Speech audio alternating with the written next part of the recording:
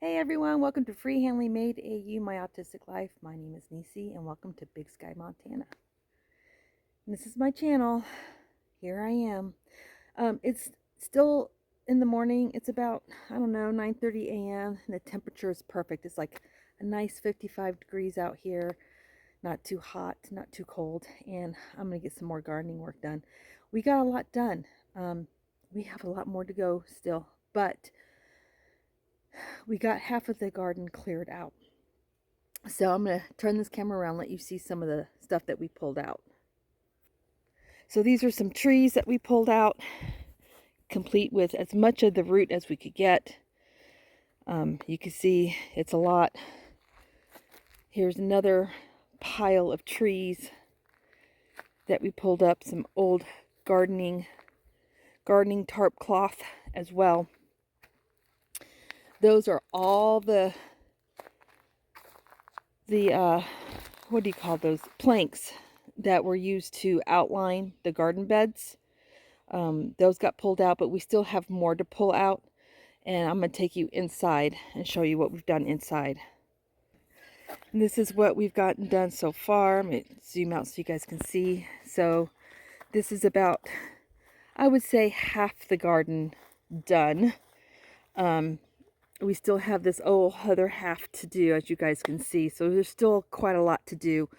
And then we've got, you see these pilings here all the way across.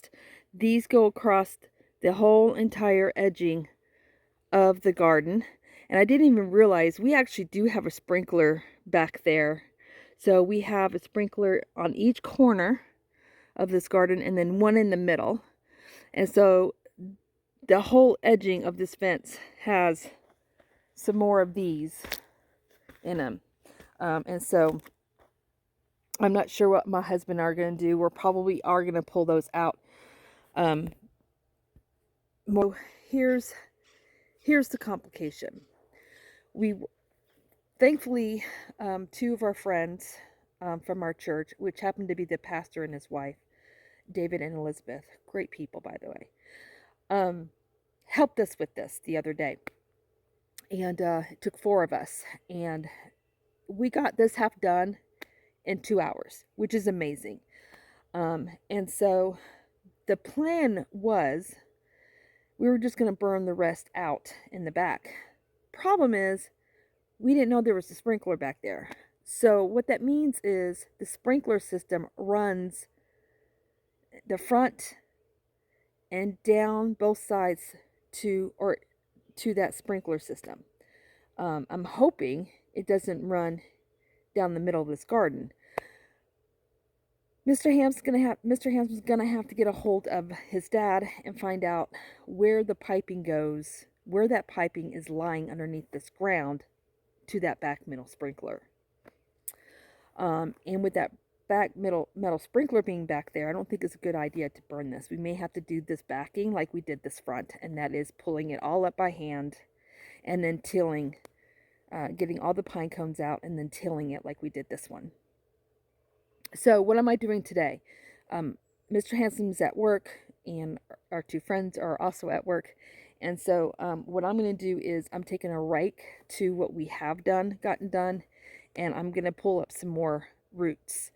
There's still quite a bit of roots back here and some pine cones and whatnot. So I'm going to work and get done what I can using just my resources and continue to get this done. It would be nice. Hubby does not want me to plant anything in here right now. My friend Liz was like, go ahead and plant. You can go ahead and plant. But not a good idea. He wants me to wait until it's all gutted, and then we can throw some tarts down and grow something. That's why I don't know if I'll be able to grow anything back here this year or not. The dirt is in good condition. It's kind of dried up now, but when we first pulled everything up, this dirt was black. This is definitely not Montana dirt. All the dirt that's back here was brought in. So my father-in-law did not do anything halfway. This is all good quality dirt that he brought in 30 plus years ago. So I think what the plan is going to be is we're going to just gut it all out. and keep it maintenance to make sure we don't let trees grow back here again. I'm going to choose where my gardening plots are going to be. And at that point, we'll go ahead and drop the cloth down to keep any trees from getting into the growing areas. Get it down, pinned down with gardening stakes really good. I don't want to outline beds because I may want to move them around. So we're not going to put any more wood piles down or anything like that. I'm not going to frame gardening beds out. I'm just going to use the drop cloths. And then that way my areas where I want to grow are going to be protected from any seeds or weeds or anything growing in while I wait to be able to plant. I don't know. I might get lucky. I might be able to plant, but I doubt it. With me going on vacation and not coming back until July, that means I'm not even going to be here to plant in ground. So I don't think any in-ground planting is going to happen this year. And you know what? I'm not going to stress myself out about it either. I'm not going to sit here and bust my butt and stress myself out to get something in the ground when I'm not even going to be here for 3 weeks out of the summer to take care of it. And Mr. Handsome's not going to have time to take care of it. The gardening is my baby, not his. So he has enough he has to do around this ranch. So I'm not going to do that to him. I mean, he's helping me clear this out. Um, so so that's that. I am going to try to keep my strawberries alive. I pulled 4 strawberries, or Liz pulled some strawberries out of the ground for me, and I've got them in a pot back here. And I kind of water them. I'm gonna keep them alive, and I think I'm going into the city tomorrow to get some big clippers so I can trim out some of the more of the trees from the irrigation area, because the clippers I had aren't strong enough and big enough to clear out some of the stuff I need to clear out in the front. And it looks like it'd be a little dangerous to pull some of the trees out from around this garden because of where the sprinkler piping is. Roots can grow around it, and you don't want to pull up sprinkler piping. So it means that it'll basically be maintenance, constant every yearly clipper maintenance. Just keeping them cut, and anything that new pops out from that same stem, pull out. So that's what I'm looking at, which is fine. So while I go get the bigger clippers that I need to replace the ones that were just so old that they just weren't salvageable, I'm going to go ahead and pick up a big planter and go ahead and transplant my strawberries into there.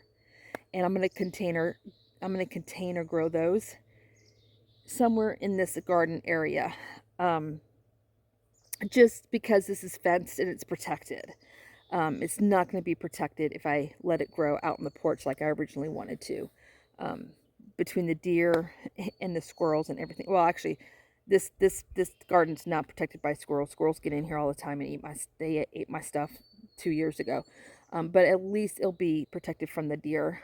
Deer can wreak havoc to your landscape, just so you guys know. So I think that's what I'm going to do. So I'm hoping I'm going to at least have my strawberries. I'm going to at least have my blueberries. So that's the goal, strawberries and blueberries. And I want to container grow some tomatoes. So I am going to grow something. I'm just not going to be able to grow anything in ground. So that's it, you guys. This is already 9 minutes, and I really wanted this to be kind of short and sweet.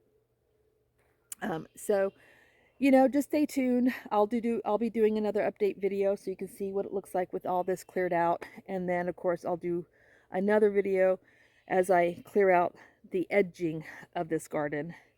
And then next growing season, hopefully you'll actually get to see some food being grown back here, and my dream garden will happen. I shared on Mountain Grandma's Live yesterday with Lisa from Yogi Hollow Farm what my dream garden would look like. And I'm going to get it down on paper so I don't forget. And then sketch out where in this garden do I want to grow everything. Because some of the things I want to grow take up a lot of room. And so I'm going to have to plan accordingly. So until then, you guys, thank you for being with me on this non-yarny journey, my gardening journey. It's exciting. I'm excited that we got this much done. It was wonderful to have friends that came and helped. Actually, they offered. We didn't even ask. And so, yeah, it's an exciting time. And I'm glad you guys are with me on this journey. Thank you guys so much for all your encouraging words and your positive words, and um, just reminding me not to get overwhelmed and to breathe, and that it's going to be okay, and it's going to happen, and we can do it, and we're getting it done. So until the next video, I'll see you guys later. Always remember, dare to be you, dare to be different. Love from Montana. Bye, everybody.